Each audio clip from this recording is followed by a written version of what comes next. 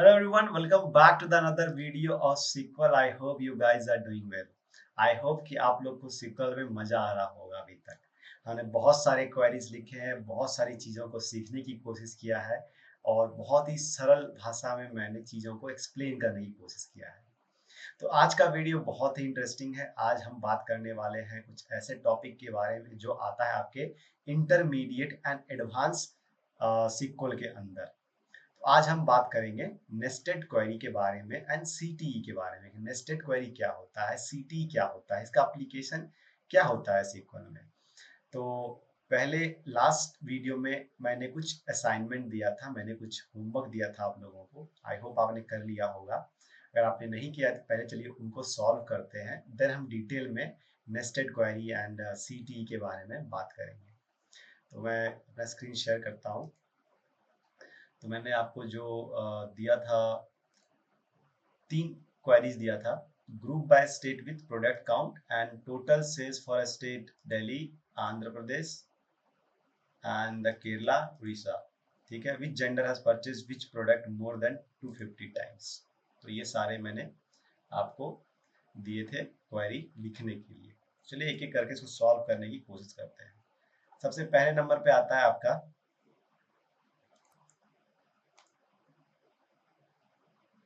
तो सबसे पहला क्वेरी है group by state with product count. तो हमारा जो प्रोडक्ट काउंट है, बेसिकली प्रोडक्ट हर स्टेट में कौन से प्रोडक्ट को सबसे ज्यादा बाय किया गया है, हमें वो यहाँ पे बेसिकली निकालना है। तो अगर आप प्रोडक्ट काउंट करते हो तो उसमें आपको लेट्स से काउंट ये भी हो सकता है कि आपका एक ऑर्डर में एक प्रोडक्ट का सेल हुआ है बट उसकी क्वांटिटी ज्यादा है, राइट। जैसे मैं आपको दिखाता हूँ, select star from fact sales, ठीक है। ये हमारा क्वेरी है। तो इस क्वेरी को जब आप रन करोगे, लेट्स से कि ऑन दिस ऑर्डर OD1 में क्या हुआ है, हमारा प्रोडक्ट RFT 488 जो है वो सेल हुआ है, इसकी क्वांटिटी 22 है। और इससे लेट्स से यहाँ पे हमने स्टेट लिखा है, तो लेट्स से KL मतलब केरला स्टेट से इसको बाय किया गया है, राइट। तो अगर मैं सिर्फ ये प्रोडक्ट कोड को अगर काउंट करूंगा तो हमें एक एक प्रोडक्ट का हर ऑर्डर में काउंट निकल जाएगा। आप समझ रहे हो, RFT का लेट्स से जितना भी RFT प्रोडक्ट का सेल हुआ होगा उसका काउंट आ गया कि नंबर ऑफ टाइम से कितना सेल हुआ है।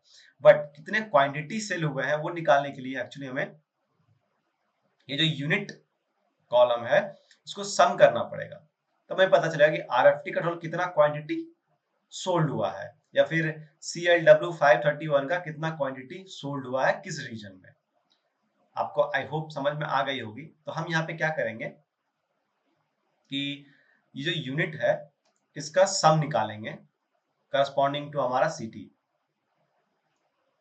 सॉरी सिटी नहीं, स्टेट, करस्पॉन्डिंग टू स्टेट, क्योंकि स्टेट कोड हमारा यहाँ पे है और स्टेट के अगेंस्ट हमें अगर इसका सम निकालना है उसके लिए हमें क्या करना पड़ेगा, उसके लिए हमें सबसे पहले इसे ज्वाइन करना पड़ेगा डिम स्टेट के साथ, राइट। तो चलिए क्वेरी लिखते हैं।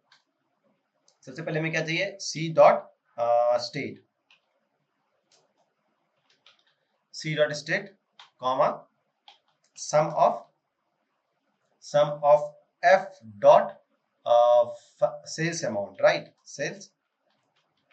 Sales amount.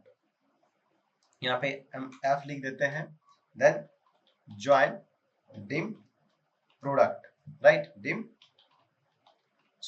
State not product, dim state on C dot state code equal to F dot state code.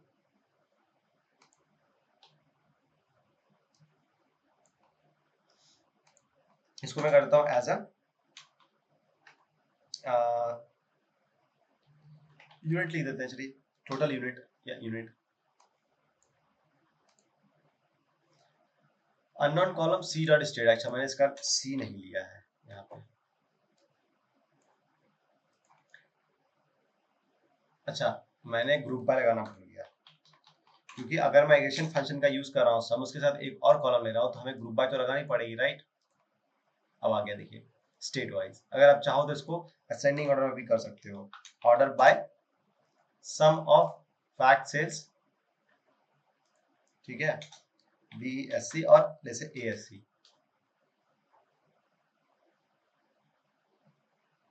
तो यहाँ पे ASC हमें लिखने की जरूरत नहीं है, क्योंकि अगर आप कुछ नहीं लिखोगे तो वो एक्चुअली असेंडिंग ऑर्डर में ही आएगा। ये आ गया हमारा, ठीक है। नेक्स्ट क्या है, total sales for a state, Delhi, Andhra Pradesh, Kerala and Orissa. Okay, तो इसको ही पहले हम कॉपी कर लेते हैं, कंट्रोल C, ठीक है। सम ऑफ, अच्छा एक मिनट, यहाँ पे हमने प्रोडक्ट कोड था राइट, तो हमें यूनिट लेना पड़ेगा, हमने यहाँ पे गलती कर दी है, यूनिट होगा ये यूनिट होगा। C dot state sum F dot unit as unit joint dim state, ये सही है। तो ये आ गया हमारा यूनिट, कितना यूनिट टोटल, किस स्टेट में हमारा टोटल प्रोडक्ट का बाय सेल हुआ है। यहाँ पे ये पता नहीं चला कौन सा प्रोडक्ट सेल हुआ है, बस टोटल यूनिट हमारा जितना भी सेल हुआ है उसमें से जैसे 24,000 प्रोडक्ट क्वांटिटी हमने सेल किया है क्यूमुलेटिव कर्नाटका में, ठीक है। ये एग्जांपल है इसका। नेक्स्ट स्टेट, हाँ सही है, sales of amount as a total sales, as a total sales from fact sales F dim state C, state code equal to ये हो गया, ग्रुप बाय 1 हो गया, ठीक है।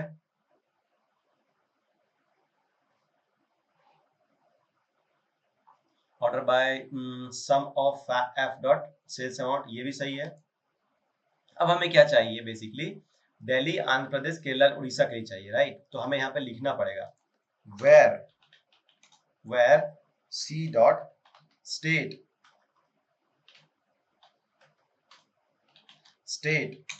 इन, ठीक है। यहाँ पे लेट्स से मैं लिख दूंगा दिल्ली, सबसे पहले दिल्ली है तो दिल्ली लिख देता हूँ, ओके। देन दिल्ली के बाद है आंध्र प्रदेश, तो मैं उसको आंध्र प्रदेश में लिख देता हूँ,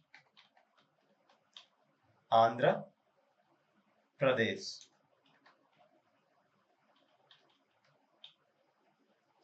ठीक है। देन आंध्र प्रदेश का क्या है, केरला राइट, तो यहाँ पे लिख देता हूँ केरला, ठीक है।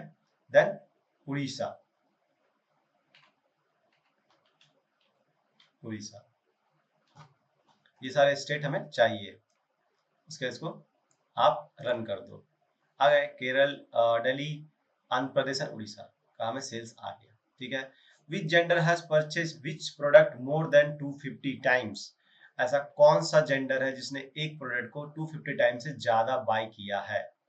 तो सबसे पहले क्या करना है मुझे, सेलेक्ट, ठीक है, सेलेक्ट, हमें चाहिए हमें जेंडर यहाँ पे जो कि हमारे डिम कस्टमर में है, तो C डॉट जेंडर राइट। ना बोला है प्रोडक्ट 250 टाइम्स ज्यादा, मतलब यूनिट को, हमें यूनिट को सम करना पड़ेगा right, sum of F dot unit right from fact sales, और ये बोला है कि which gender has purchase which product, अच्छा विच प्रोडक्ट भी बोला है, तो हमें यहाँ पे प्रोडक्ट कोड भी लेना पड़ेगा, F dot product code and P dot product भी लेना पड़ेगा, ठीक है। आप चाहो तो F डॉट प्रोडक्ट कोड नहीं भी ले सकते हो, directly P dot product code ले लो, क्योंकि हमें प्रोडक्ट का नाम चाहिए जो 2 से 230 250 से ज्यादा बार उसको बाय किया गया हो, ठीक है। तो जेंडर ले लिया, प्रोडक्ट ले लिया, यूनिट को हमने सम कर दिया from fact sales as a F, ठीक है, F। देन अब हम क्या करेंगे, इसको ज्वाइन कर देंगे। पहले किसके साथ करेंगे, किसी के साथ भी करो कोई प्रॉब्लम नहीं है, तो हम करते हैं डिम कस्टमर के साथ, dim customer as a C on C dot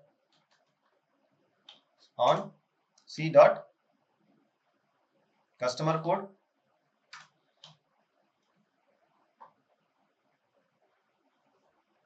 C dot customer code equal to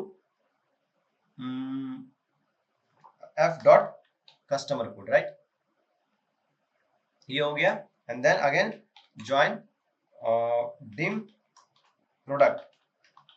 product as a p on p dot product code equal to f dot product code। ठीक है, इतना run कर लेते हैं। ये भी पूरा हुआ नहीं है, कुछ इशू अच्छा, ग्रुप बाय भूल जाता हूँ बार बार। Group by gender code and product code and product, तो 3 ग्रुप बाय होगा, 1,2,3। इसको रन कीजिए। अगर मैं बता चुका हूँ कितनी बार कि आप या तो 1 2 3 लिख सकते हो, ये gender product code and product भी लिख सकते हो, चलेगा, कोई दिक्कत नहीं है। एज अ टोटल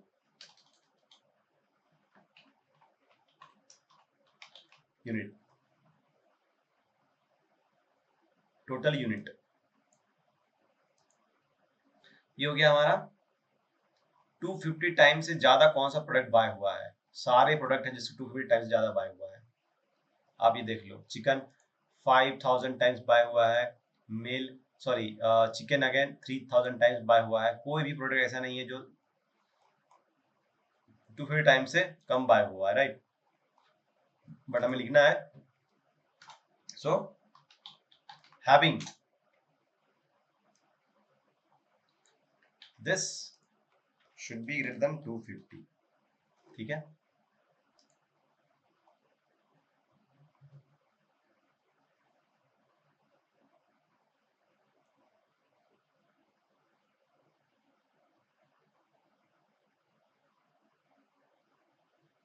अच्छा, क्वांटिटी नहीं बोला गया है। Which gender has purchase which product more than 250 times, किस प्रोडक्ट को कितनी बार खरीदा गया है, तो प्रोडक्ट कोड आएगा यहाँ पे। प्रोडक्ट कोड, कितना अमाउंट खरीदा गया वो मैंने निकालना है, हमें निकालना है कितनी बार खरीदा गया है। एक सेकेंड, थोड़ा इशू लग रहा है मुझे, इसको रन करता हूँ। ये सम नहीं होगा क्योंकि ये काउंट है, प्रोडक्ट कोड को काउंट करना आता होता है।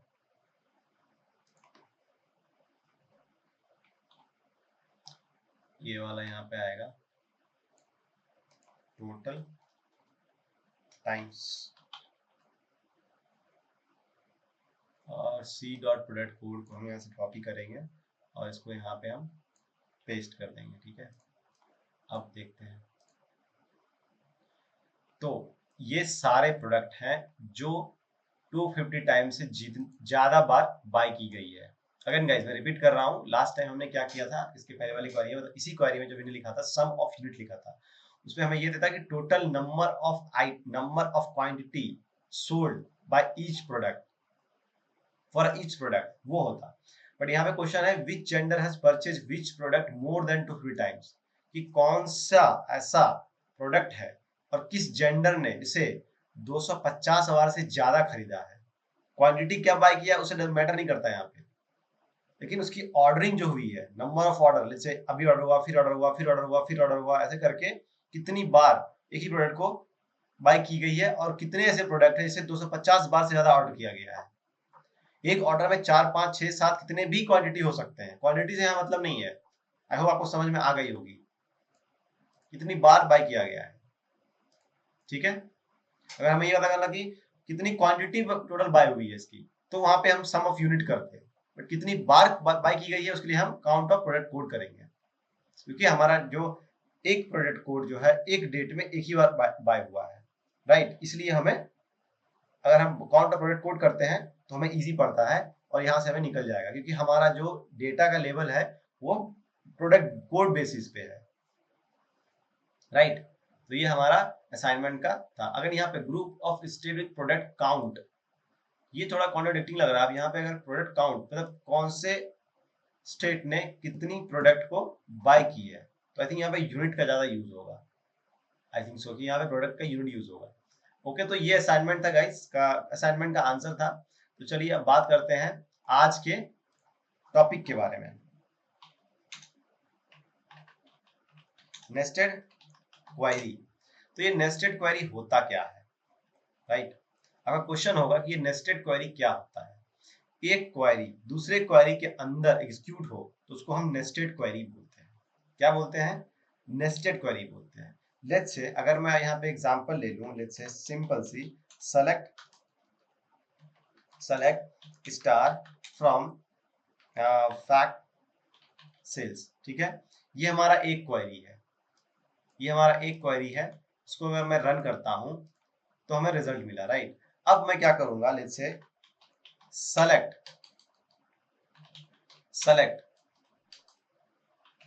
Select unit comma sales amount from, और ये वाला हमारा क्वेरी, ठीक है? इस केस में क्या हो रहा है, ये जो हमारा क्वेरी है select star from fact sales, ये हमारा इनर क्वेरी है इस आउटर क्वेरी का। पहले मैं इसको एग्जीक्यूट कर लेता हूँ, ठीक है? इसको पहले एग्जीक्यूट कर लेता हूँ, देखो क्या होगा।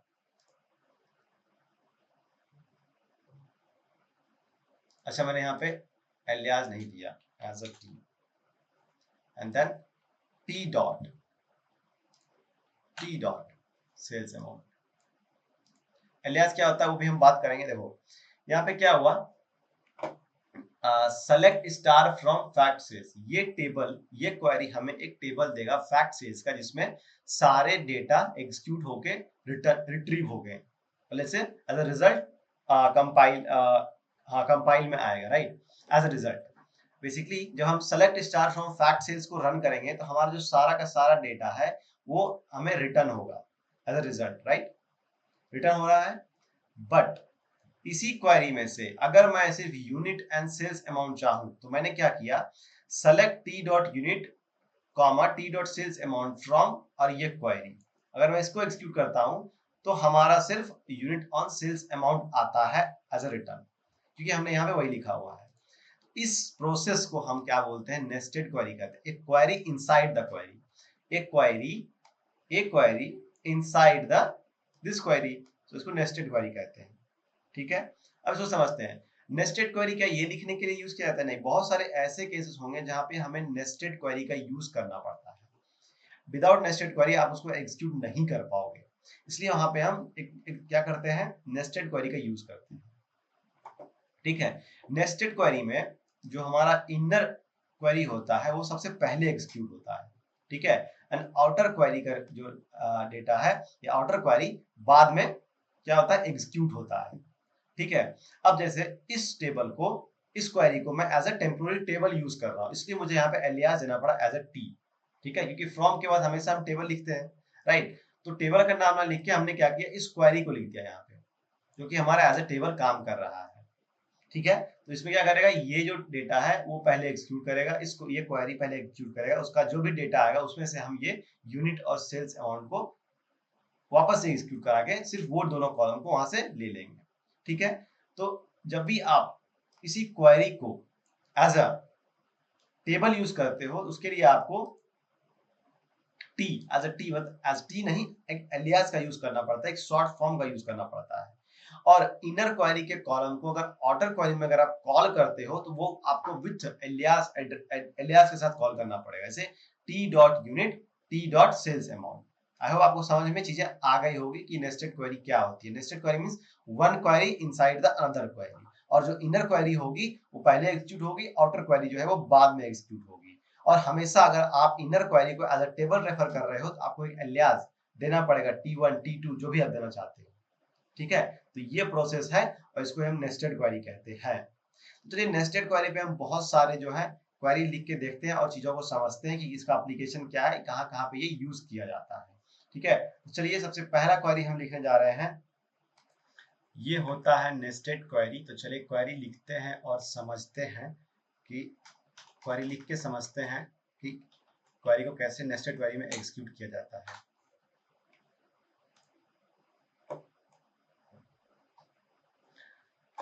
तो सबसे पहला क्वेरी है query nested query based on select. nested query based on select। तो यहाँ पे क्या करेंगे, select let's say comma select year of order date, ठीक है, comma sum of sales amount, ठीक है, comma select avg sum of sales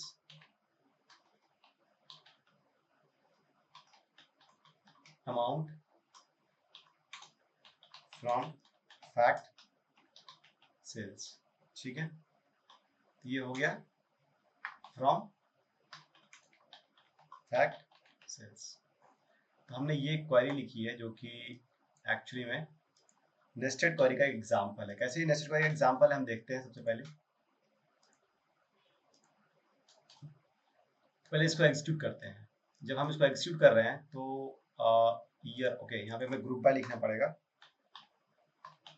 group by 1, ठीक है, क्योंकि हमने एज ए ईयर लिया है। देखो ईयर वाइज हमें सेल्स मिला, राइट, और हमें यहाँ पे टोटल एवरेज भी मिल रहा है। बेसिकली ये जो क्वेरी हमने लिखा है select average sales amount from fact sales, ये क्वेरी इंडिपेंडेंट क्वेरी है फ्रॉम द अदर क्वेरी जो हमने लिखा है select year year into year of order date comma sum of sales amount, उससे ये क्वेरी इंडिपेंडेंट है।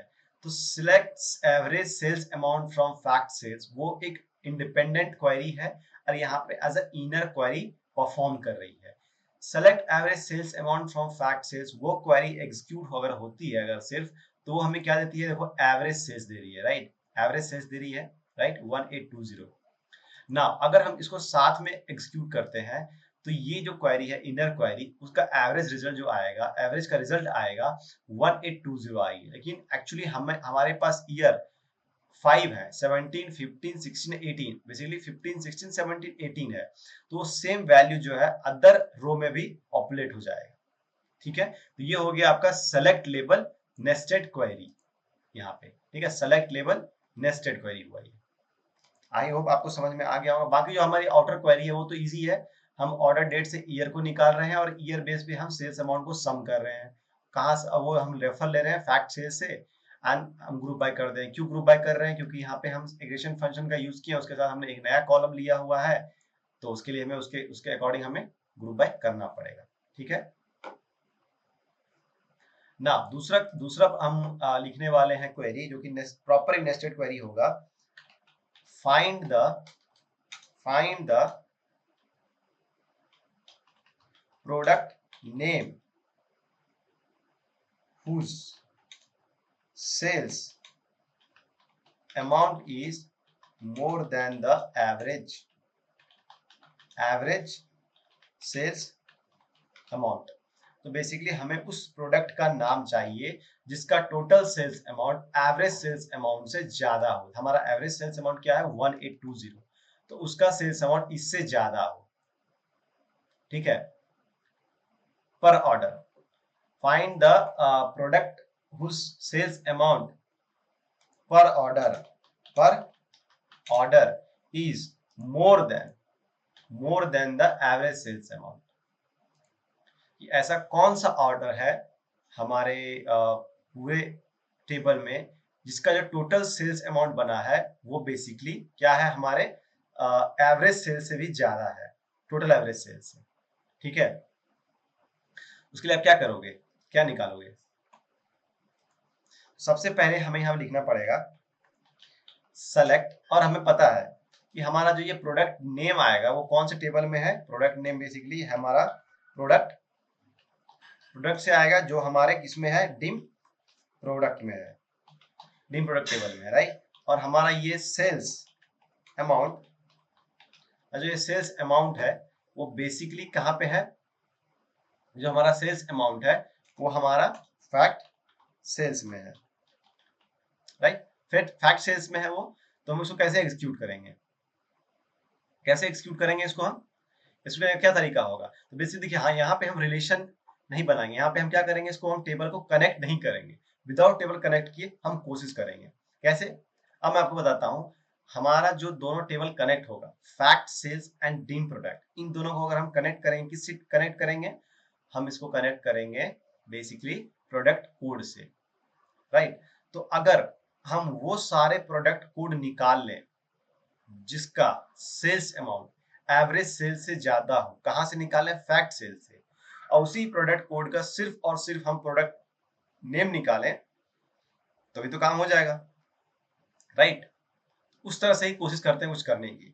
मैंने क्या बोला, फिर से रिपीट करता हूं। हम क्या करेंगे कि हमारे प्रोडक्ट टेबल में डीम प्रोडक्ट टेबल में प्रोडक्ट नेम है एंड प्रोडक्ट कोड है, करेक्ट? फैक्ट सेल्स में अगेन हमारे पास क्या है? प्रोडक्ट कोड है एंड सेल्स अमाउंट है। तो हम ये कंडीशन डालेंगे कि हमें सिर्फ वो सेल्स अमाउंट दो जो कि एवरेज सेल से ज्यादा हो, जो कि 1820, जो हमारा एवरेज सेल्स हमने निकाला है उससे ज्यादा हो। तो हमें वो सारे सेल्स अमाउंट मिल जाएंगे, उसके करस्पॉन्डिंग हमें क्या मिल जाएगा? प्रोडक्ट कोड भी मिल जाएगा। जब हमें प्रोडक्ट कोड मिल जाएगा तो उसके बाद हम क्या करने वाले हैं? उस प्रोडक्ट कोड को ही हम क्या करेंगे? रिलेट कर देंगे हमारे डीम प्रोडक्ट से। विदाउट ज्वाइन हम करने वाले हैं, ठीक है? तो चलिए कोशिश करते हैं क्या करना है। तो सबसे पहले सेलेक्ट सेलेक्ट प्रोडक्ट कोड, ठीक है? सेलेक्ट प्रोडक्ट कोड, कैप्स में लिखते हैं इसको, product code, select product code from fact sales where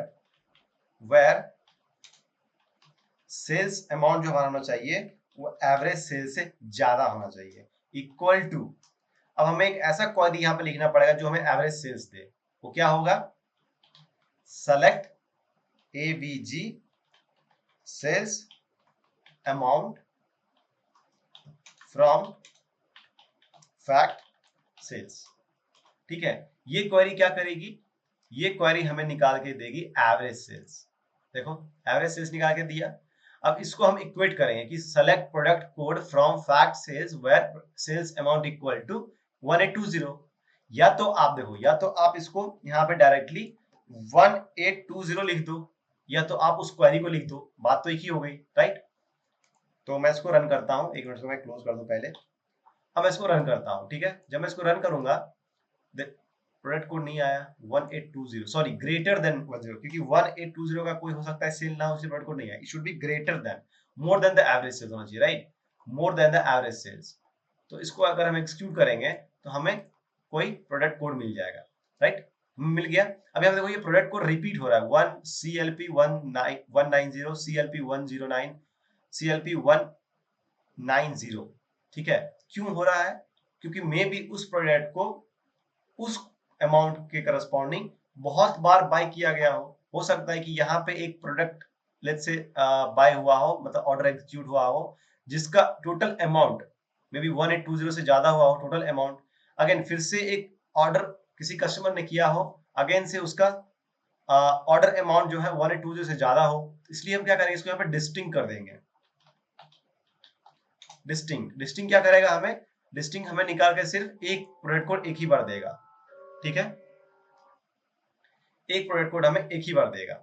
ये जो है यहाँ पे ये होने वाली है। तो ये डिस्टिंग जो हमारा है, वो डिस्टिंग हमें क्या दे रहा है? बेसिकली हर एक प्रोडक्ट कोड को एक बार हमें रिटर्न करके दे रहा है, ठीक है? तो ये सारे प्रोडक्ट कोड है जिनका amount, sales amount per order 182 से 1820 मीन्स 1820 से ज्यादा है, राइट? तो अब हमने 1820 लिख दिया। लेट्स से कल के डेट में कुछ और प्रोडक्ट ऐड होता है या कुछ और लेट्स से सेल्स एग्जीक्यूट होता है, नए ऑर्डर आईडी क्रिएट होते हैं, नए सेल्स अमाउंट ऐड होते हैं, तो वहां पे क्या होगा? हमारा ये एवरेज चेंज होगा, राइट? एवरेज तो चेंज होगा। अगर एवरेज चेंज होगा तो वो एवरेज, ये जो हम क्वेरी लिखे हैं वो स्टैटिक नहीं रहेगी, मतलब ये रॉन्ग हो जाएगी, करेक्ट? वो रॉन्ग हो जाएगी, ये डायनेमिक नहीं है, क्योंकि यहाँ पे हमने डायरेक्टली 1820 लिख दिया है। जब और भी ऑर्डर एग्जीक्यूट होगा फ्यूचर में, तो हमारा एवरेज चेंज होगा। तो क्यों ना हम डायरेक्टली इस चीज को वहां पे लिख दें 1820 के करस्पॉन्डिंग पे प्लेस पे, आई मीन हम इसके प्लेस पे इसको लिख देते हैं। तो ये क्या करेगा, जब भी हमें कंपेयर करनी पड़ेगी तो सबसे पहले इनर क्वेरी एग्जीक्यूट होगी। नेस्टेड क्वेरी में हमेशा सबसे पहले इनर क्वेरी एग्जीक्यूट होती है, ठीक है। तो ये पहले एग्जीक्यूट होगी और ये हमें क्या करेगा, एवरेज सेल्स निकाल के देगा। और देन ये कंपेयर करेगा कि हम जो ये क्वेरी लिख के रखे हैं इसमें सेल्स अमाउंट हमेशा इससे ज्यादा हो, इससे ज्यादा हो, 1820 से ज्यादा हो, ठीक है। तो अब हम इस क्वेरी को एग्जीक्यूट करते हैं तो हमें ये सारा प्रोडक्ट कोड मिल गया। अब हम यहाँ पे लिख सकते हैं, right, select product code comma product from dim product, dim product, ठीक है। सो हमें जो है प्रोडक्ट कोड और प्रोडक्ट कहां से दो, डीम प्रोडक्ट से दो, जहां पे where product code in, product code in, ये वाला जो हमें, ये वाला क्वेरी जो हमें प्रोडक्ट को रिटर्न करके दे रहा है वो, तो इसको हम एज अ ब्रैकेट, इसको एज अ ब्रैकेट हम रख देंगे पूरा का पूरा। तो ये हो गया nested, double nested query actually में आप देखोगे तो, राइट, डबल नेस्टेड क्वेरी है ये देखो। पहले इसको एग्जीक्यूट करते हैं, ठीक है। तो ये सारे प्रोडक्ट आ गए जिनका सेल्स अमाउंट पर ऑर्डर हमारे एवरेज सेल से ज्यादा है, टोटल एवरेज सेल से ज्यादा है। कैसे ये हुआ, इसको फिर से ब्रेक करते हैं। ये select average sales amount from fact sales, ये हमें एवरेज सेल्स दे रहा है। तो हमने एक क्वेरी लिखा select distinct product code from fact sales. तो फैक्ट सेल्स से हम उस सारे प्रोडक्ट कोड को निकालेंगे जिनका सेल्स अमाउंट मोर देन 1820 है। तो ये पूरा का पूरा क्वेरी यहां से यहां तक हमें क्या दे रहा है, एक प्रोडक्ट कोड दे रहा है। आई थिंक मैंने यहां से यहां तक, राइट, हाँ, ये हमें क्या दे रहा है, प्रोडक्ट कोड दे रहा है। अब इस प्रोडक्ट कोड को हम कंपेयर कर देंगे कहां पे, डीम प्रोडक्ट में कर देंगे। सिंपल सी बात है, राइट। ये वेयर क्लाउज तो आपको पता है कि select product code comma product from dim product, ये हमें सारा का सारा क्या देगा, डिटेल देगा। बट जैसे हम उसमें फिल्टर लगा देंगे कि हमारा प्रोडक्ट कोड सिर्फ इतना ही होना चाहिए, तो उसके लिए हम इन यूज करेंगे। आई थिंक हमने इन डिस्कस कर लिया है हमने ऑलरेडी। तो इन का यूज करके इस क्वेरी को उसमें रख देंगे। तो ये हमारा फाइनल क्वेरी बनेगा और हमें ये निकाल के देगा product code and product both. लेकिन हमें यहाँ पे प्रोडक्ट नेम लिखा है तो अब इसको हटा दो, सिर्फ प्रोडक्ट रहने दो, ठीक है। तो ये हमें प्रोडक्ट नेम दे दिए जिनका per order sales amount average sale से ज्यादा है। आई होप आपको ये चीजें समझ में आ गई होगी कि हम यहाँ पे क्या निकालने की कोशिश कर रहे हैं, राइट।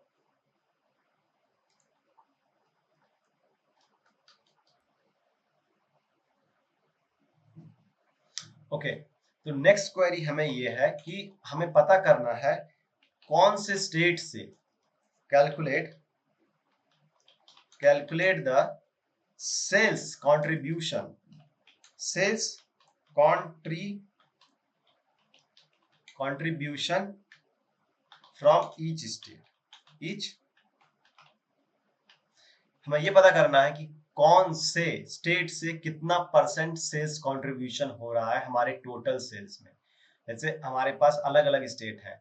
अगर जनरल बात हम करें, नॉर्मल सिंपल लैंग्वेज में बात करें, तो हमें ये जानना है कि लेट्स से हमारा जो बिजनेस है वो मल्टीपल स्टेट में है, राइट। तो हमारा जो मंथली या ईयरली या टोटल रेवेन्यू जो भी अभी तक हुआ है, उस रेवेन्यू में कितना परसेंट रेवेन्यू किस स्टेट से आ रहा है, आप समझ रहे हो। लेट्स से एग्जांपल के लिए हमारा टोटल 5 अलग अलग स्टेट में बिजनेस चल रहा है, दिल्ली, पुणे, बैंगलोर, चेन्नई एंड कोलकाता, 5 स्टेट हो गया। और हमारा टोटल जो ये है टोटल रेवेन्यू है अभी तक का पूरे बिजनेस का, लेट्स से 1000 रुपीज है और लेट्स से 10,000 रुपीज है, ठीक है। तो 10,000 क्या होगा, ये सम ऑफ ऑल स्टेट बिजनेस होगा, राइट। जो भी लेट्स से दिल्ली, पुणे, मुंबई, कोलकाता और बैंगलोर से जो भी, चेन्नई से जो भी हमारा रेवेन्यू हुआ होगा, सेल्स हुआ होगा, उसी को सम करके हम 10,000 बोल सकते हैं। हमारा टोटल जो सेल्स हुआ है वो 10,000 का हुआ है। अब मैं ये पता करना चाहता हूँ कि कौन से स्टेट से कितना परसेंट कंट्रीब्यूशन आया है। और सिंपल करना चाहते हो आप इसे, और सिंपल अगर करना चाहते हो आप इसे, तो लेट्स से आपका टोटल मार्क्स जो है, आपका टोटल मार्क्स जो आया है किसमें, लेट्स से इसमें एग्जाम में वो 500 आया है, ठीक है। तो ये जो 500 मार्क्स आपका आया है वो combination of all subject marks होगा, राइट। कि मैथ में कितना आया, साइंस में कितना आया, सोशल साइंस में कितना आया, इंग्लिश में कितना आया, राइट। ऑल एग्जाम में जो आपके मार्क्स आए होंगे उसी का ये कॉम्बिनेशन होगा आपका 500, करेक्ट।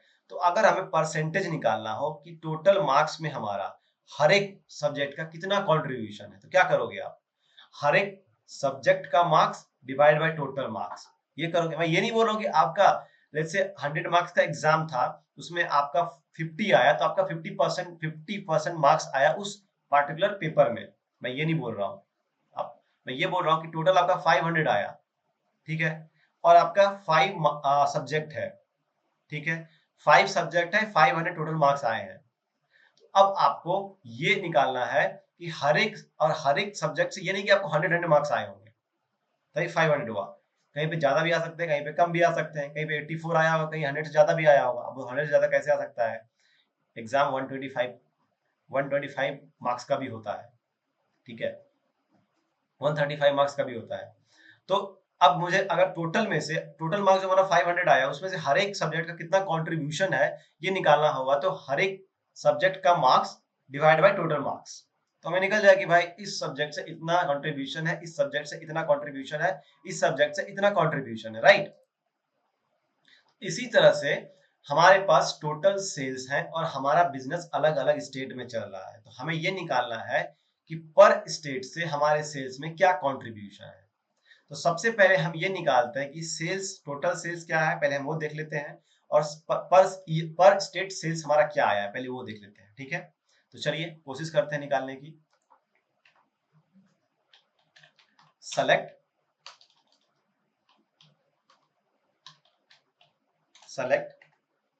स्टेट बोला है तो डिम स्टेट टेबल को हमें यूज करना पड़ेगा। Select dim state, sorry, S dot state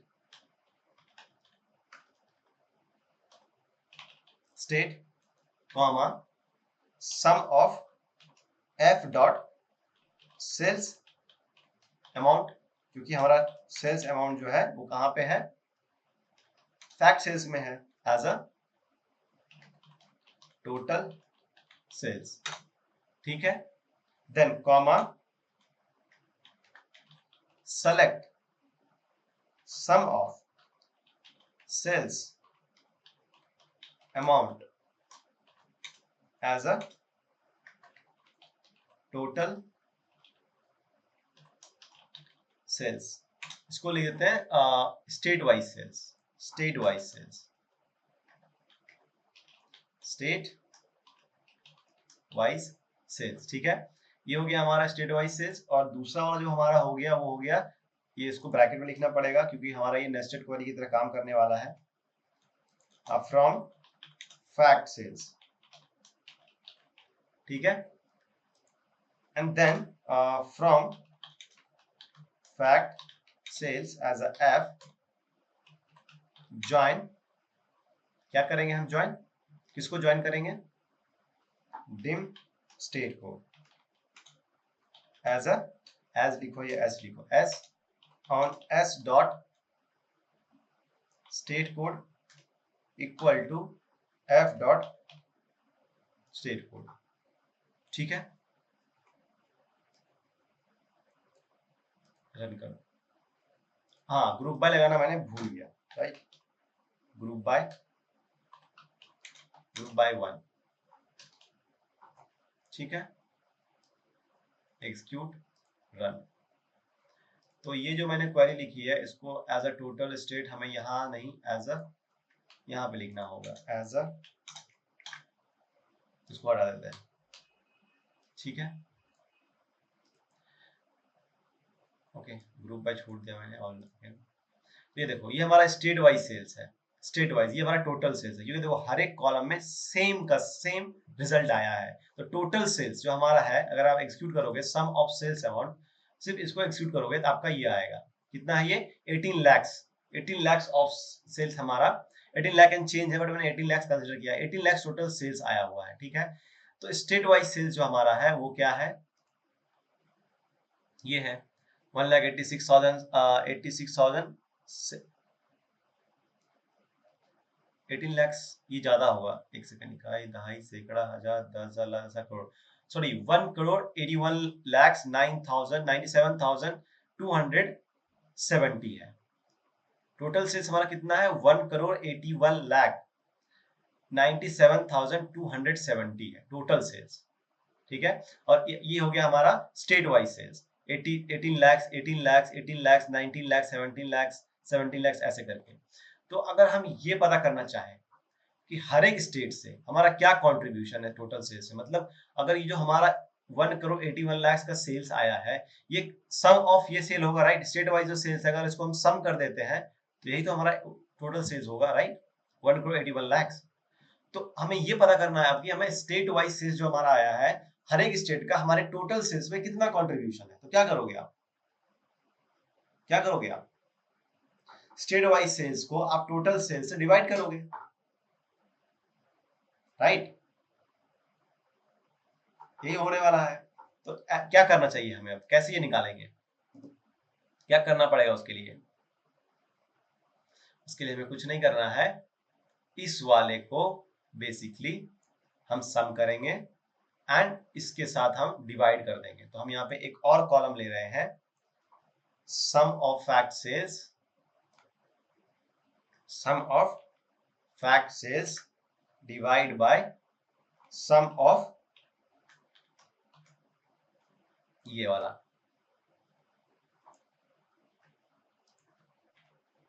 ठीक है, ये हो गया। और पूरे को आप सम कर रहे हो तो आपको एक बार, एक सेकेंड, ये वाला क्वेरी तो इसका क्लोज हुआ, ये वाला इसका क्लोज हुआ, और इसके लिए एक और जाइए, ये हो गया हमारा तीसरे, ओवरऑल हो गया, जो मैंने यहाँ पे ओपन किया है, नहीं किया है तो यहाँ पे एक ओपन करना पड़ेगा हमें, और सम, ठीक है, ये इसका हो गया, ये इसका हो गया, यहाँ पे कॉमा लगा देते हैं। हाँ, तो पहले मैं इसको एक्सिक्यूट करता हूँ, फिर मैं आपको बताता हूँ, समझाता हूँ। Invalid use of group by, ऐसा क्यों, सम ऑफ स्टेट तो आएगा ही, सम ऑफ सेल्स अमाउंट जो हमारा 18,000 आया वो इसके साथ हम डिवाइड कर देंगे, ओके। तो क्या कर रहे हैं हम, क्या कर रहे हैं हम, सेलेक्ट एस डॉट स्टेट, ये हमें स्टेट देगा, sum of fact sales, sales amount हमें ये स्टेट वाइज सेल्स देगा as a state wise sales, ठीक है। ये जो क्वेरी है हमारा select sum of sales amount from fact sales, ये हमें क्या देगा, हमें ये देगा टोटल सेल्स। अब हमें स्टेट वाइज सेल्स परसेंटेज निकालना हो कि कौन से स्टेट से हमें कितना कंट्रीब्यूशन मिला है, उसके लिए हम क्या करेंगे, सम ऑफ फैक्ट सेल्स जो हमारा है उसको हम डिवाइड कर देंगे टोटल सेल्स से, इस वाले क्वेरी के साथ, ठीक है, इस वाले क्वेरी के साथ हम इसको डिवाइड कर देंगे। तो ये कह रहे हैं, देखो ये हो गया हमारा सम ऑफ फैक्ट सेल्स, ये सम ऑफ सेल्स अमाउंट ये है हमारा, ये हमें क्या देगा, ये हमें दे रहा है टोटल सेल्स, और हम ग्रुप बाय किए हैं तो स्टेट वाइज, और ये वाला जो क्वेरी हम रखे हैं यहाँ पे ये हमें टोटल सेल्स देगा, स्टेट वाइज नहीं देगा। तो स्टेट वाइज सेल्स को टोटल सेल्स से डिवाइड करोगे तो आपको स्टेट वाइज सेल्स परसेंटेज दे देगा, राइट। बाद में आपको मल्टीप्लाई भी करना है परसेंटेज निकालने के लिए, सो इनटू 100, इनटू 100, ठीक है। बाकी तो क्वेरी सेम है, यहाँ पे ये दे रहा है टोटल सेल्स जो लास्ट टाइम हमने एग्जीक्यूट किया था, फ्रॉम फैक्ट सेल्स एफ, क्योंकि हम फैक्ट सेल्स ले रहे हैं उसका एलियास एफ है, ज्वाइन डिम स्टेट को हम ज्वाइन करने क्योंकि हमने स्टेट का यूज किया यहाँ पे, और ग्रुप बाय करना पड़ेगा क्योंकि यहाँ पे हमने एग्रीगेशन फंक्शन का यूज किया है। तो हमें ये स्टेट एग्रीगेशन फंक्शन के साथ हमने स्टेट कॉलम को रखा है, इसलिए ग्रुप बाय 1 करना पड़ेगा। आप 1 की जगह पे एस डॉट स्टेट भी लिख सकते हो, दैट्स नॉट अ प्रॉब्लम, ठीक है। अब इसको एग्जीक्यूट करते हैं, आगे आपका, अब इसको हम कुछ नाम दे देते हैं क्योंकि ये पूरा क्वेरी लिख के आ रहा है एज अ सेल्स परसेंटेज, ठीक है। सेल्स परसेंटेज हो गया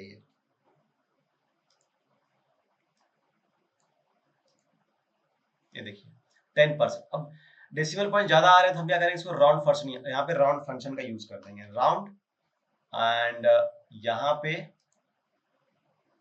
एक्चुअली राउंड फंक्शन का यूज यहीं पे हो जाएगा, इसके ब्रैकेट के अंदर हो जाएगा, कॉमा 2, क्योंकि यहाँ पे मैंने ऑलरेडी ये ब्रैकेट जो यूज किया है, ये ब्रैकेट हमारा राउंड फंक्शन का ब्रैकेट है, ठीक है।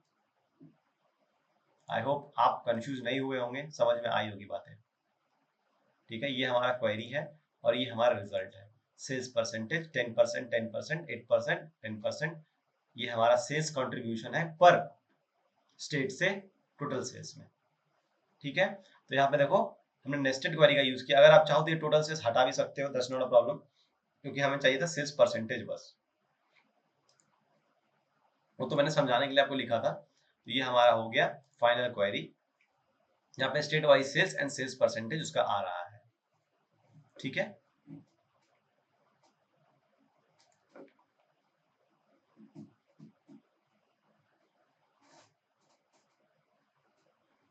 अब नेक्स्ट क्वेरी लिखते हैं, जिसपे हमें ये निकालना है कि प्रोडक्ट और कैटेगरी को फाइंड आउट करें जिन्होंने maximum number of sales return करके दिया हो per order,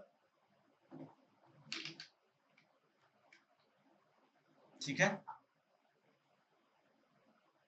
return the product name and category which has higher number of cell.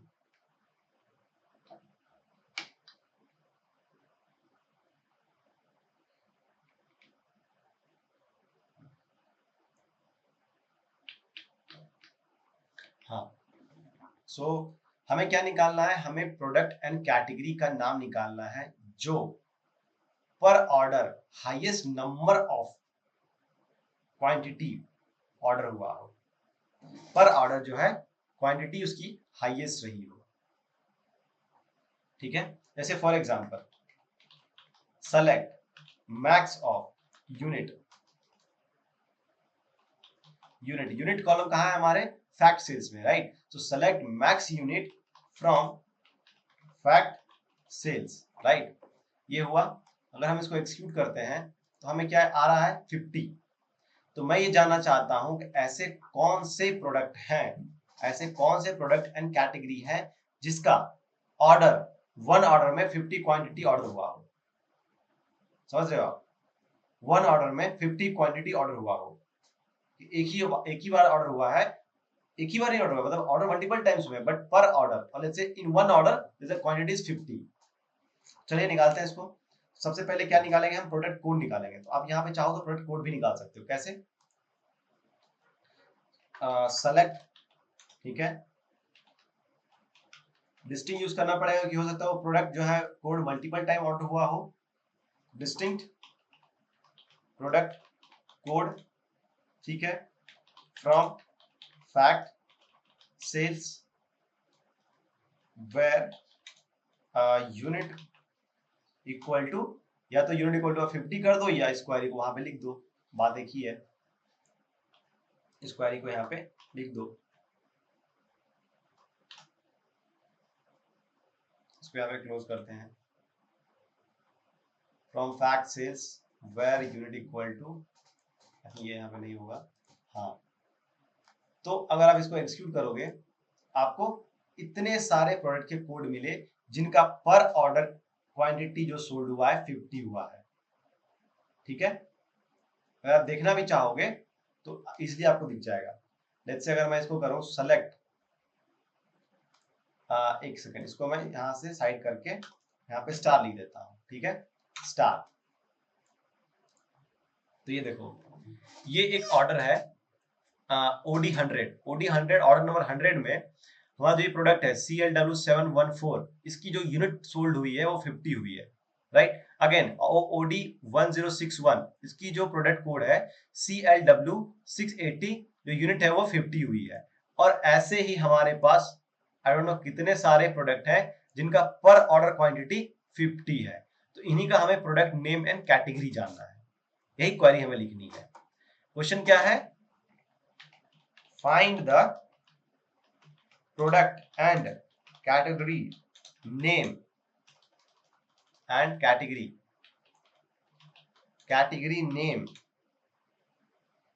for which for maximum unit per order.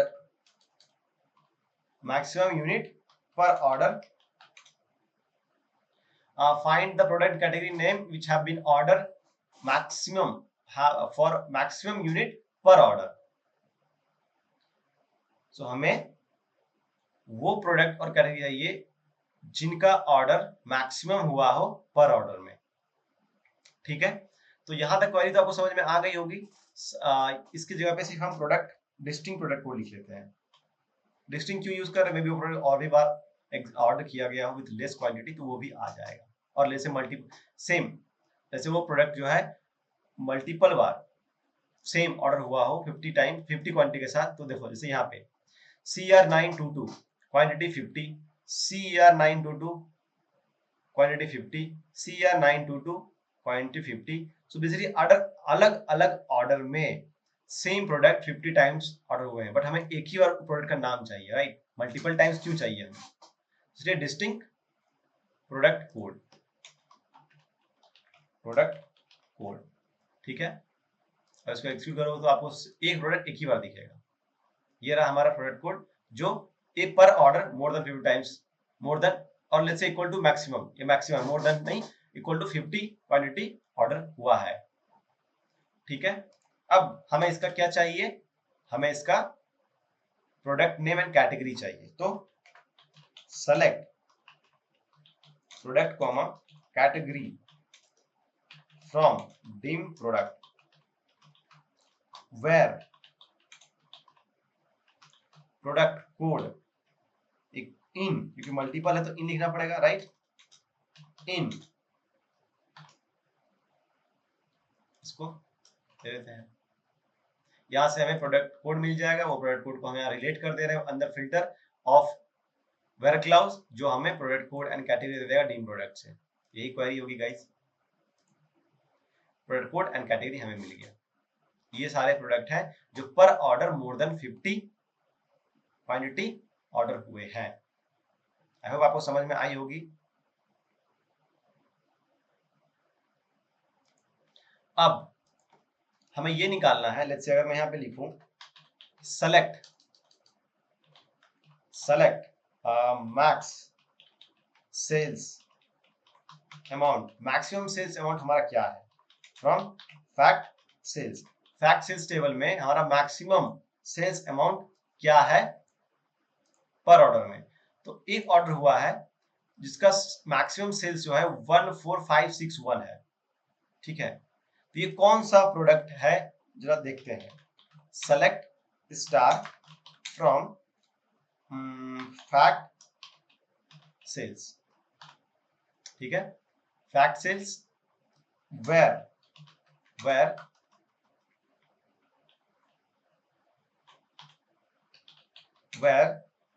Sales amount equal to हमारा ये maximum sales. अगर आप इसको run करोगे ये क्या देगा आपको, ऐसे दो ऑर्डर हैं जिसमें TYD 882 और TYD 882 प्रोडक्ट को बाय किया गया है यूनिट 50 के साथ, जिसका सेल्स अमाउंट 14561 है। ये हमारा इस सेल्स कॉलम में सबसे मैक्सिमम अमाउंट है पर ऑर्डर। ठीक है, ईच ऑर्डर बोलो पर ऑर्डर बोलो। सबसे मैक्सिमम जो है 14,000 का ऑर्डर है under order 1945 and 1945 and order number 29 and 30 means 2930 order ID जो है और ऑर्डर आईडी 1945, इसके अंदर सबसे मैक्सिमम ऑर्डर क्वांटिटी को एग्जीक्यूट किया गया है, वो है 14,561 for the product of TYD 882 and TYD 882। ठीक है, समझ में आ गई। अब इसी तरह से मैं आपको बोलूं कि हमें मिनिमम का भी चाहिए, हमें मिनिमम का भी दे दो कि ऐसा कौन सा ऑर्डर है जिसमें मिनिमम वैल्यू का ऑर्डर एग्जीक्यूट किया गया और किस ऑर्डर के लिए किया गया है। तो पहले इसको एग्जीक्यूट करते हैं। तो ये हमारा SER178 है। ठीक है, जो मिनिमम ऑर्डर वैल्यू है वो है 12.660 और अंदर द ऑर्डर आईडी ऑफ 5078। आपको समझ में आ गई? इसमें क्या आ रहा है, ये जो क्वेरी है हमारा नेस्टेड क्वेरी है, ये हमें एग्जीक्यूट करके मिनिमम और मैक्सिमम निकाल के दे रहा है, उसको हम सेल्स अमाउंट के साथ एग्जीक्यूट रिलेट करके इक्वेट करके डिटेल निकाल रहे हैं, the complete detail of the product corresponding to the sales amount, मतलब उस सेल्स अमाउंट के करस्पॉन्डिंग उस सेल्स अमाउंट के रिलेशन में हम सारे प्रोडक्ट का डिटेल, ऑर्डर का डिटेल, अमाउंट का डिटेल निकाल रहे हैं फैक्ट सेल से। तो ये आपको समझ में आ गई? अगर मैं ये बोलूं कि हमें वो प्रोडक्ट कोड और लेट्स से प्रोडक्ट निकाल के दें जो मिनिमम और मैक्सिमम ऑर्डर क्वांटिटी के साथ एग्जीक्यूट हुआ हो, तो यहाँ पे सिर्फ मैं प्रोडक्ट कोड ले लूंगा, ठीक है, प्रोडक्ट कोड, और यहाँ पे मैं लिख देता हूं distinct distinct product code from fact sales where sales amount ये है हमारा मिनिमम है। सेम चीज हम मैक्सिमम के लिए भी कर लेते हैं, और यहाँ पे मिनिमम के जगह पे हम मैक्स लिख देंगे, ठीक है। अब हम इसको एग्जीक्यूट करते हैं। इसको जब एग्जीक्यूट करोगे आप तो आपको क्या दे दिया, SER178। ये एक ऐसा प्रोडक्ट कोड है जिसकी ऑर्डर वैल्यू सबसे मिनिमम है पूरे टेबल में, और ये वाली जो प्रोडक्ट हमारी क्वेरी है वो आपको देगी TYD882 प्रोडक्ट कोड जिसका ऑर्डर वैल्यू मैक्सिमम है टेबल में, ठीक है। अगर हम दोनों को जोड़ दें, यूनियन के साथ जोड़ देते हैं, तो हमें क्या मिल जाएगा, दो प्रोडक्ट कोड मिल गए जिनका order value minimum and maximum है। तो हमें यही निकालना था, find the product name which has a maximum and minimum order value और sales value per order, पर ऑर्डर उसकी सेल्स वैल्यू मैक्सिमम और मिनिमम हो। तो ये दोनों हमें मिल गया, यहां से प्रोडक्ट क्या मिल गया, कोड, राइट। अब इस प्रोडक्ट कोड को अगर हम डिम प्रोडक्ट में प्रोडक्ट कोड के साथ कंपेयर करके प्रोडक्ट निकाल लें, तो हमें प्रोडक्ट मिल जाएगा जिसका मिनिमम और मैक्सिमम सेल्स होगा, राइट। तो हम क्या करेंगे, इसका select dim product from dim product, ठीक है, where product code in और ये वाला जो है इसके अंदर प्रोडक्ट कोड के अंदर। तो ये जो पार्ट है हमारा, ये हमारे वेयर क्लाउज के अंदर क्या होगा, कंपेयर होगा, ये वाला पार्ट। उसको मैं यहां से लिखता हूं, ये पार्ट हमारा इस वेयर क्लाउज के अंदर कंपेयर होगा। तो ये सीक्वेंस होना चाहिए ताकि समझ में आए कि हम करना क्या चाह रहे हैं, ठीक है। अब अगर हम इसको प्रिंट करते हैं लेट्स से, तो हमें ये दो प्रोडक्ट मिल गया, ठीक है। बट मुझे ये कैसे पता चलेगा कि ये जो प्रोडक्ट हमें मिला है इसमें से minimum sales and maximum sales वाला प्रोडक्ट कौन सा है। प्रोडक्ट तो हमें मिल गया, राइट। उसके लिए हमें क्या करना पड़ेगा, इसके लिए हमें दूसरी क्वेरी लिखनी पड़ेगी। लेट्स से सेलेक्ट, हमें क्या चाहिए, प्रोडक्ट विथ सेल्स अमाउंट। तो p dot product comma f dot sales amount from fact sales as a f, और इस पे हम ज्वाइन कर देंगे किसको, डिम प्रोडक्ट को, dim product as a p on इस पे p dot product code equal to f dot product code, ठीक है। इस पे हमने ज्वाइन कर दिया। इससे हमें क्या पता मिल जाएगा, product code and sales amount मिल जाएगा। बट हमें वो प्रोडक्ट चाहिए जिसका सेल्स अमाउंट मिनिमम और मैक्सिमम हो along with their sales value, correct. तो हम यहाँ पे कंडीशन लगाएंगे where f dot sales amount in, अब यहाँ पे लिखेंगे select max F max sales amount from fact sales. ठीक है, ये हो गया कॉमा, और फिर मिनिमम के लिए select mean of sales amount from fact sales. ये हमारा दूसरा क्वेरी हुआ, और ये दोनों हमारे किसके अंदर रहेगी, हमारे सेल्स अमाउंट के अंदर रहेगी। ये सेल्स अमाउंट के साथ कंपेयर होगी। थोड़ा सा मैं इसको मिनिमाइज करता हूँ। ये क्वेरी हमारे यहाँ पे कंप्लीट हो गया, जिसमें हमें सिर्फ मिल रहा है क्या, हमें मिल रहा है सिर्फ दो प्रोडक्ट के नेम जो मिनिमम और मैक्सिमम सेल्स वैल्यू के करस्पॉन्डिंग है।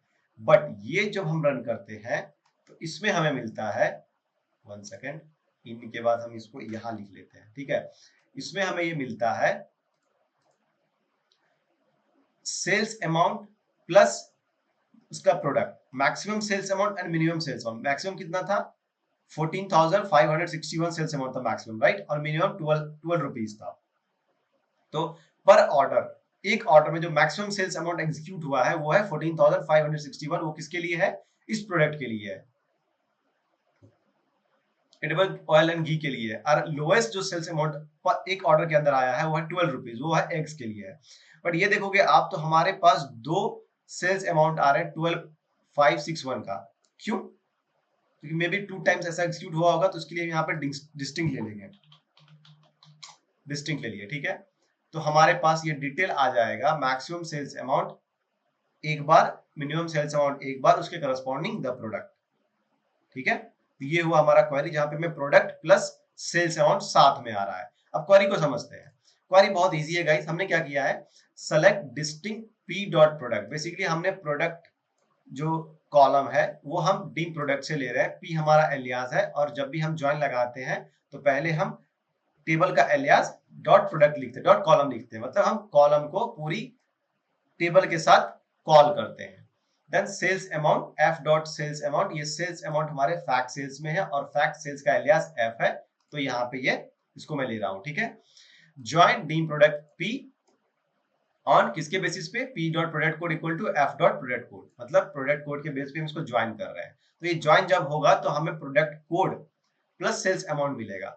उसके ऊपर हम कंडीशन लगा रहे हैं वेयर हमारा जो सेल्स अमाउंट हो वो मैक्सिमम और मिनिमम हो। बेसिकली जब आप इसको एग्जीक्यूट करोगे तो ये आपको एक वैल्यू देगी 14,561 आपको दे रही है, राइट। और जब इसको आप एग्जीक्यूट करोगे तो आपको ये क्या देगी, 12 रुपीज देगी, आई थिंक 12.660 दे रही है, राइट, 12.660 दे रही है, करेक्ट। अब हम इन ऑपरेटर के अंदर इन दोनों वैल्यू को कंपेयर कराएंगे। जहां पे भी हमारा ये वैल्यू 14,000 होगा एंड 12 रुपीज होगा, वो सेल्स वैल्यू हमें एग्जीक्यूट होके उसके करस्पॉन्डिंग हमें बेसिकली प्रोडक्ट कोड मिल जाएगा। क्लियर है, आई होप क्लियर होगा ये, राइट। चलिए अब नेक्स्ट देखते हैं, जो हमारा सबसे इंपॉर्टेंट और सबसे ही इंपॉर्टेंट एंड बहुत ही सिंपल फंक्शन है सीक्वल के अंदर, वो है बेसिकली सीटीई। क्या है, सीटीई। इसका मतलब क्या होता है, इसका मतलब होता है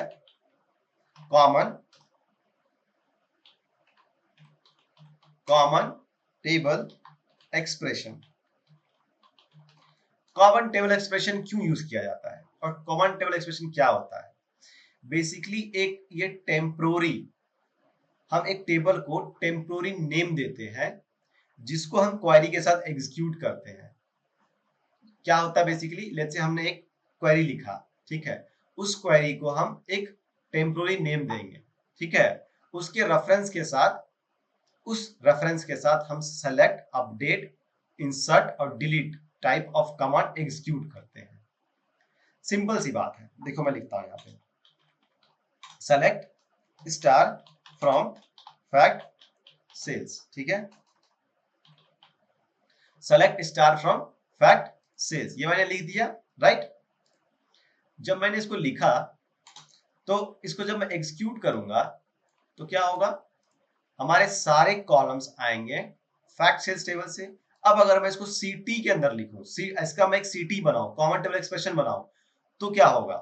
तो सीटी कैसे बनाते हैं? सीटी हमेशा हम विथ क्लॉज के साथ बनाते हैं, विथ, WITH। अगर मैं लिख दूं विथ, ठीक है, एक नाम लेते हैं इसका, let's say T1 as a, और उसको मैं एक ब्रैकेट दे देता हूं। तो बेसिकली इस क्वेरी को मैंने एक टेम्पोररी नाम दे दिया विथ T1, ठीक है। मैंने क्या किया, T1 एक टेम्पोररी नाम दे दिया इस वाले, किसको? इस वाले क्वेरी को।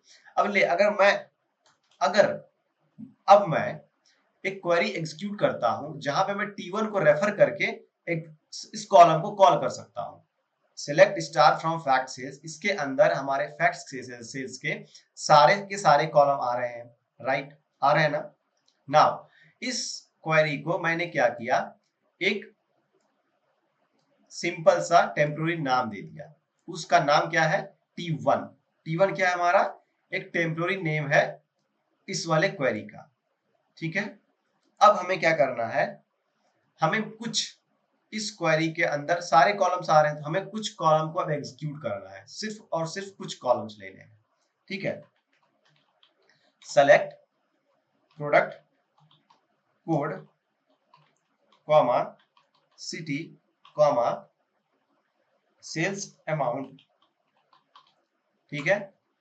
फ्रॉम, हम फैक्ट सेल्स नहीं लिखेंगे, हम जो टेम्पोररी नेम दिए हैं वो लिखेंगे यहाँ पे T1, ठीक है। अब मैं जब इसको एग्जीक्यूट करूंगा तो सिर्फ अगर आप इस क्वेरी को एग्जीक्यूट करोगे तो हमें एरर देगा, देखो, table sales dot T1 does not exist. इसका कहने का मतलब जब हमने T1 यहाँ पे लिखा तो ये T1 कहाँ पे ढूंढेगा? हमारे डेटाबेस में ढूंढेगा, सेल्स डेटाबेस के अंदर T1 को ढूंढेगा, जबकि T1 तो हमारे इसमें है ही नहीं। तो हमने जो ये T1 नाम दिया है ये एक्चुअली इस क्वेरी को रेफर नहीं कर पा रहा है, इस क्वेरी के अंदर वो रेफर नहीं हो रहा है। इसके लिए हमें क्या करना पड़ेगा? इसलिए हमें इस क्वेरी को इसके साथ रन करना पड़ेगा। मतलब आपको जब भी आपने कोई विथ क्लॉज के अंदर एक क्वेरी को डिफाइन किया है, एक टेम्पोररी नेम दिया है, उसके बाद अगर कोई आप क्वेरी लिख रहे हो, उस टेम्पोररी नेम को वहां पे रेफर कर रहे हो, आपको विथ क्लॉज के साथ उस क्वेरी को रन करना पड़ेगा, मतलब विथ क्लॉज के साथ इस क्वेरी को आपको रन करना पड़ेगा, ठीक है। देखो ये आ गया, ठीक है। तो CT क्या होता है? CT is a temporary name of any query that can be refer within the select, update, delete और insert, select, update, insert, update query के अंदर जो है वो यूज किया जाता है। फिर से बोलता हूं मैं, CT क्या है? CT का फुल फॉर्म होता है common expression table. It is just a temporary name, it is just a temporary name, ये एक टेम्पोररी नेम है किसी क्वेरी का, जिसको जिसको रेफर किया जाता है सेलेक्ट, अपडेट, डिलीट, इंसर्ट वाले क्वेरी के अंदर, ठीक है। तो अब इसको और अच्छे से समझते हैं। लेट्स से यहाँ पे मैंने से बताया आपको कि select star from fact sales जब मैंने लिया तो सारे के सारे कॉलम फैक्ट सेल से एग्जीक्यूट हो गए। मैंने इसको एक टेम्पोररी नेम दे दिया इस क्वेरी को। जब मैंने इसको टेम्पोररी नेम दिया उसके बाद लेट्स से हमें इस टेबल से कुछ कॉलम्स एग्जीक्यूट करने हैं, तो मैंने कॉलम का नेम लिख दिया यहाँ पे एंड देन फ्रॉम T1 लिखा। इस T1 मतलब इस क्वेरी को मैंने जो रेफरेंस नेम दिया है T1 उसको यहाँ पे मैंने फ्रॉम किया, मतलब फ्रॉम T1 मतलब इस वाले से एग्जीक्यूट करो, इस T1 से एग्जीक्यूट करो। ये T1 क्या है? इसका नाम है, ठीक है। तो जब एग्जीक्यूट आप करोगे तो आपको पूरा विथ के साथ क्वेरी को, विथ के साथ इस क्वेरी को सेलेक्ट करके एग्जीक्यूट करना पड़ेगा।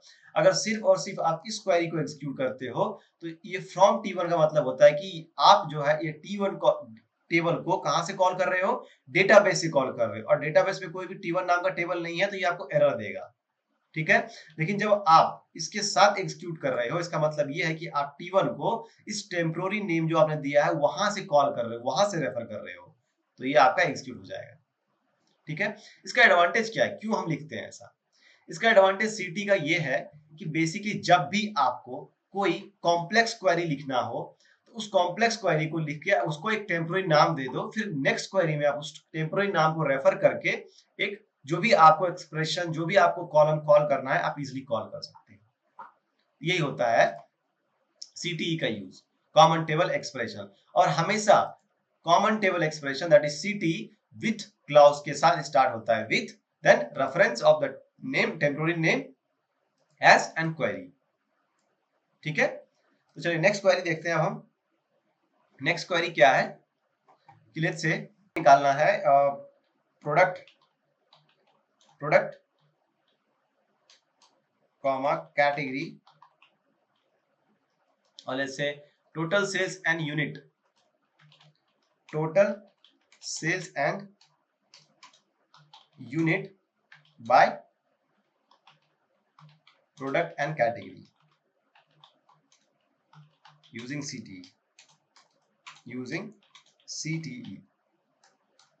सबसे पहले मैं क्या करूंगा, सेलेक्ट, ठीक है, product code comma sum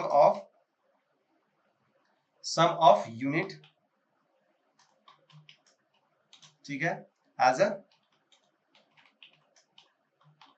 total unit comma sum of sales amount as a total sales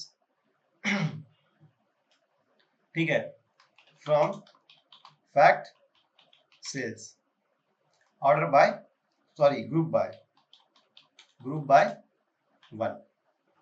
ठीक है, मैंने ये एक ले लिया फैक्ट सेल से, basically unit product total unit product code and total sales. ठीक है, अब मैं इसको क्या करूंगा, विथ क्लॉज के अंदर मैं इसको रख दूंगा और इसका एक टेम्पररी नेम दे दूंगा सेल्स यूनिट। ठीक है, सेल्स यूनिट दे दिया और इसको सेल्स यूनिट एज अ और इसको मैं क्लोज कर दूंगा।